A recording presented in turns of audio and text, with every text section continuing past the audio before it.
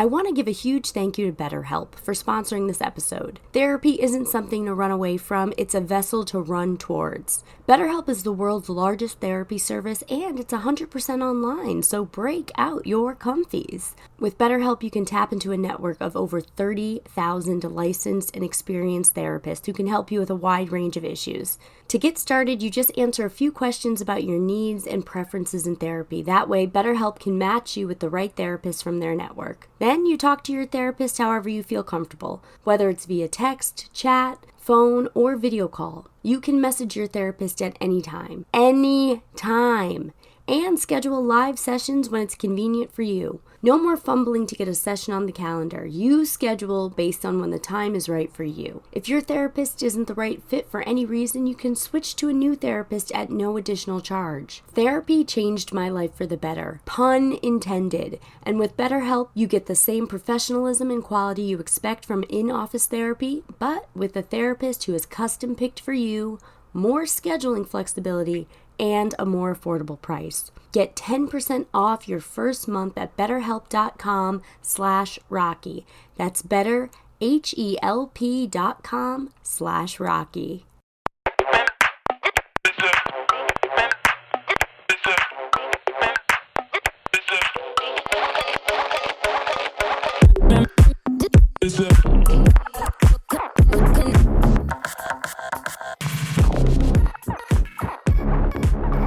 Welcome to the Rocky Rundown, where you get to learn a little bit about my week. Party God Squad, hello. Wait a second. Record scratch. We're not going to talk about my week. We are here to talk about part 2 of the Fully Loaded at Sea cruise. That's right, baby. If you're not caught up, now is a good time to do it. I'm going to jump right in where we left off, the Airbnb. Did I wake up in the morning and say, hey, let's still try to get this checkout pushed? I did. Did it work? No. There was a language barrier in the Airbnb app, so the response back was a poorly translated, no, bitch, get out the house. Get out the house, bitch, get out the house. But in classic us fashion, we were running a few minutes behind. I look out the window and I see this older man just pacing the grounds. I walked outside and I went, hi. We might just need a couple more minutes. Is that okay? Gotta do a once over. And then we did a once over.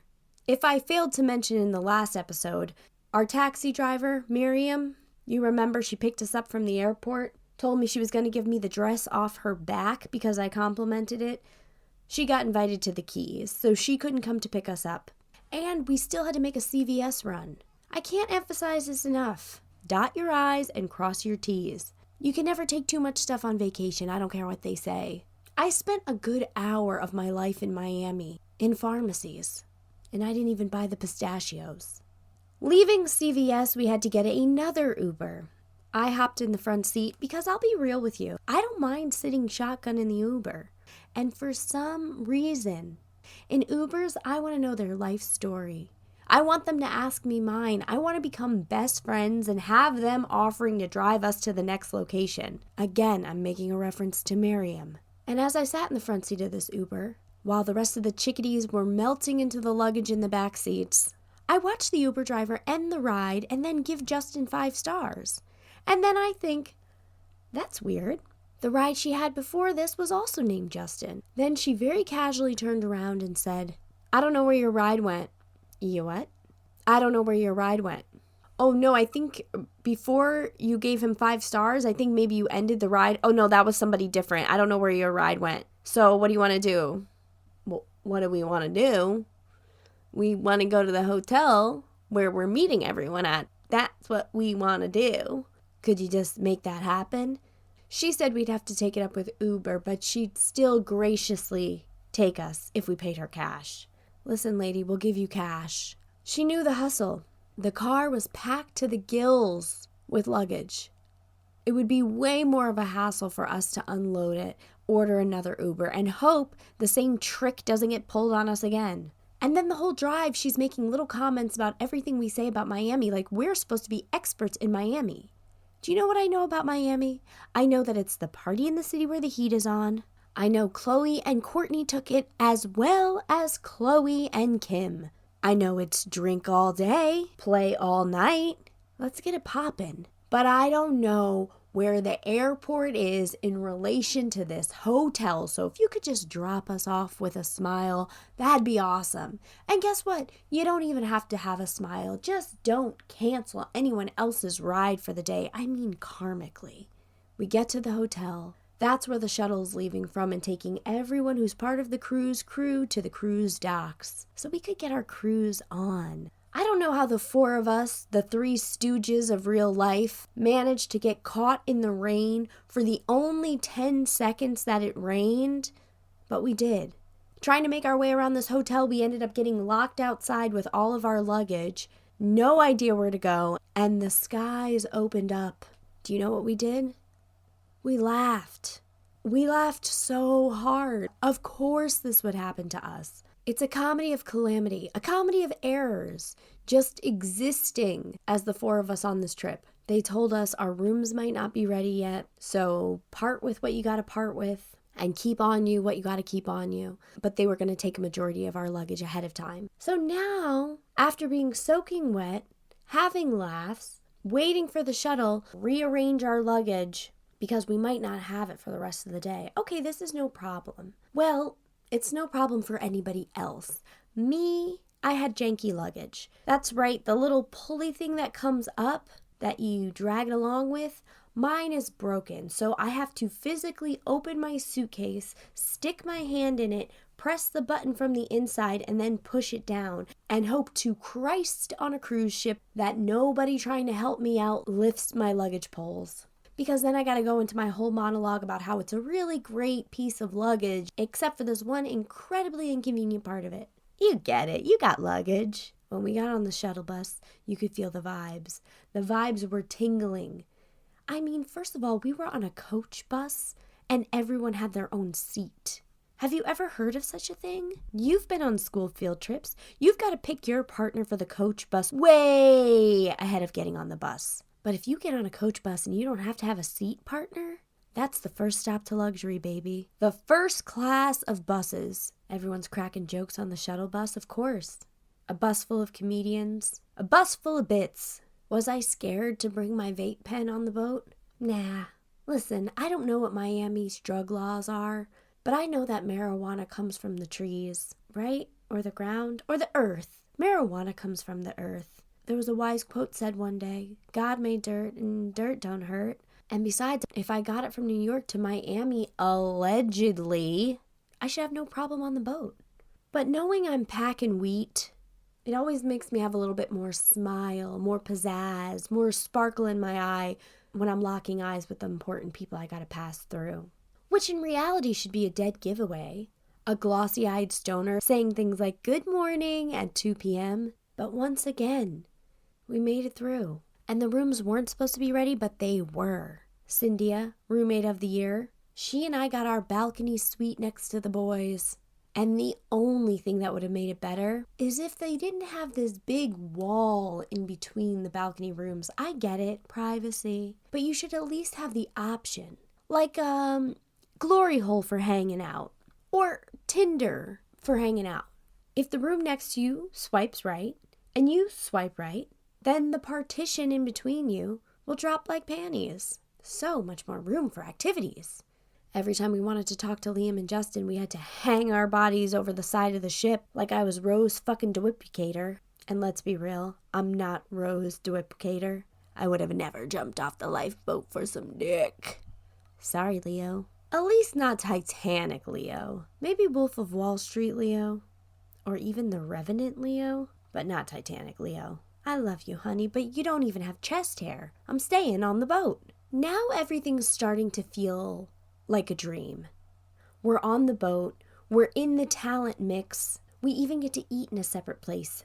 A room reserved just for the cruise talent and their people. It was called the Artist Lounge. Let me tell you a little bit about the Artist Lounge. You needed your talent badge to get in. Check. They had an all-day buffet. Check. They also had a free menu you could order off of. And it felt very fine dining. Check, check. Would I recommend the spring rolls?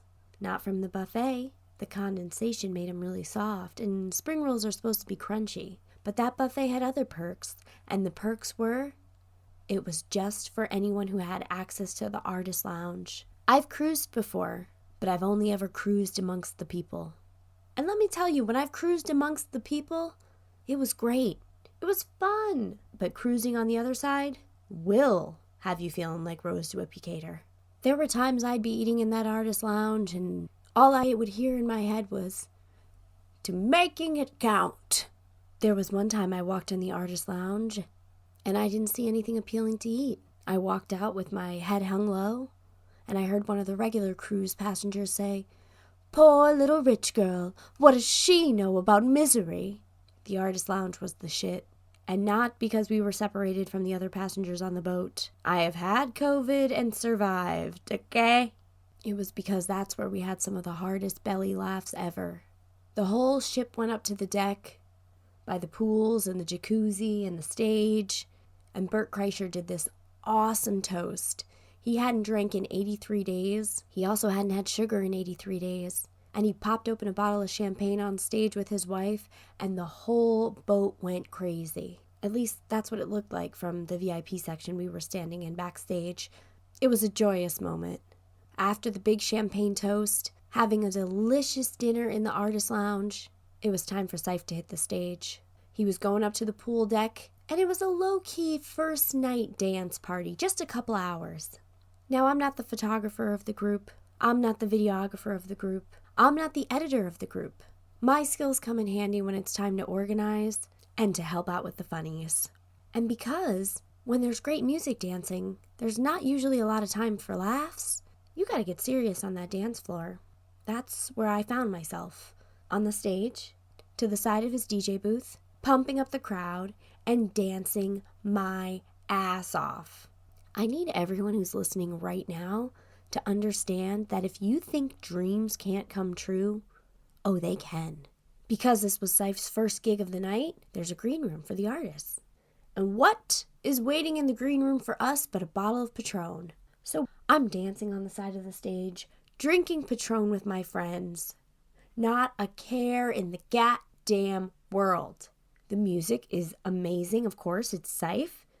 And something was telling me, this is going to be a good cruise. After that dance party ended, he had a spot he had to do. So the whole crew rolls into the theater, he does the spot quick, and then hops on stage to DJ with Carter Cruz. Now this first night dance party got insane. And it wasn't even fully full yet. It was like people didn't know this indoor dance party was happening. The boat was shaking, people were dancing so hard. And all I could think was, this is the rumblings. This is the start of the volcano, of the cruise. This is the heartbeat. Everybody who's at this dance party right now, you could look around and see it in their face. Every one of those people was their freest. They were having the time of their life, and they were going to go back, and they were going to spread the word. The Saifa Carter Cruise dance party, that is where the party's at. That is where you want to be on night 2 of the cruise. If you weren't there tonight, you missed it. This party was so motherfucking lit. When the music shut down and it was time for us to go to yet another party, there were 2 people having blatant sex right in the dance room. She was just riding.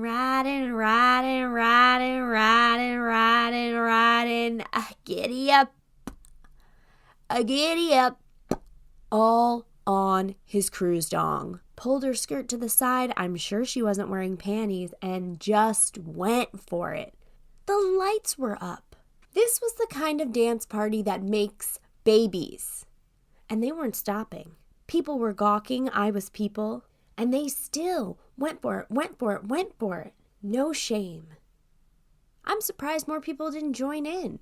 When we walked past them, we started to notice pineapples. Pineapples, I think, are the international code for swinging. I wasn't propositioned to swing, much to your disappointment, but I also came untethered. If people wanted to have a threesome with me, they didn't make it known, so I had to just gawk. and point out the pineapple every 10 feet like I was 12 years old. But that's cruise life, baby. That's cruising. Our next party of the night was the artist party. So everyone who was on the bill for this cruise was at this party with their people. Of course, all the comics were there, but I even got to meet some behind-the-scene people where I had to pinch myself and say, is this really happening? Shout out to Emily Noonan. If you don't know who Emily Noonan is, she for a long time was on the Good For You podcast with Whitney Cummings, and I listened the entire time she was on it. And then there she was, on the cruise, chatting with us. Now, with the artist party, I'll be real with you, we didn't do a lot of mingling. And we didn't do a lot of mingling because we got really serious about dominoes. That's right, we could play dominoes for hours. But the common denominator of us playing dominoes at this party was everyone drunkenly coming up to us telling us, guys, you have to go to karaoke. Guys, karaoke is so crazy, you have to come down. And then we're rebuttaling with the dance party was so nuts, you have to be there tomorrow. Karaoke, dance party, karaoke, dance party. So it was a really big mystery on who was going to show up to the dance party. But we did our due diligence of making sure it got buzz. But everybody else did their due diligence of making sure karaoke was on our radar. By the time we finished our dominoes game, the artist event ended, and we started to make our way to karaoke, which had also ended. Karaoke ending just made me want it more. By this time, we were lit as it could get. Stoned, happy, laughing. But the food options besides the artist lounge were scarce. There was one Irish bar that was open really, really late, and they had buffet-style food. Pub food, you know, it's an Irish bar. I would say it was like a cafeteria met a pub, a bank with the lighting. That was the only thing. The lighting was very bank specific. But the vibes were there. We all huddled around this big booth, cracked jokes, and ate nachos. Isn't that the dream? For real. To just be stumbling drunk with your friends into a place and have food just right there. The food you'd order anyway, just right there in front of your face for you to shovel it down like a troll under the bridge gargling dicks. I mean, what are trolls doing under the bridge if they're not gargling dicks? Read a fucking book. It was awesome. And the next day was the Bahamas, and that was equally awesome, if not more awesome than day one. So I hope you'll stay tuned for part 3 of the Fully Loaded at Sea cruise. It was one of the best times of my life, and I thank you for listening along with the journey. If you haven't done so already, please like, share, and subscribe to the podcast. You can follow me at Wild Nights with Rocky on TikTok and Instagram, at Wild Nights Pod on Twitter. You can watch extended interviews and past episodes on YouTube. If you want to support the show with your wallets, you can subscribe on my Patreon for $2 or $5 a month. A big thank you and a future thank you to everyone who's written and everyone who will write a review on Apple Podcasts. It really does make a difference. Please stay tuned for part 3, and in the meantime, stay wild.